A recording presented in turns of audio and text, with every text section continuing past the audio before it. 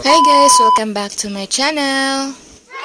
But before we start, I would like to greet Happy New Year's everyone! Sa videong ito, mapapanood natin si Dingdong Dantes at Marian na nagsiselebrate ng New Year.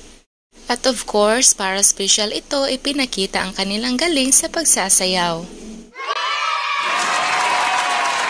At ang anak naman nila na si Sixto ay may pa-message pa sa New Year.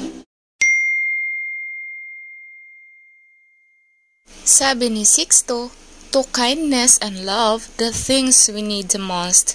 Diba? Sakto naman.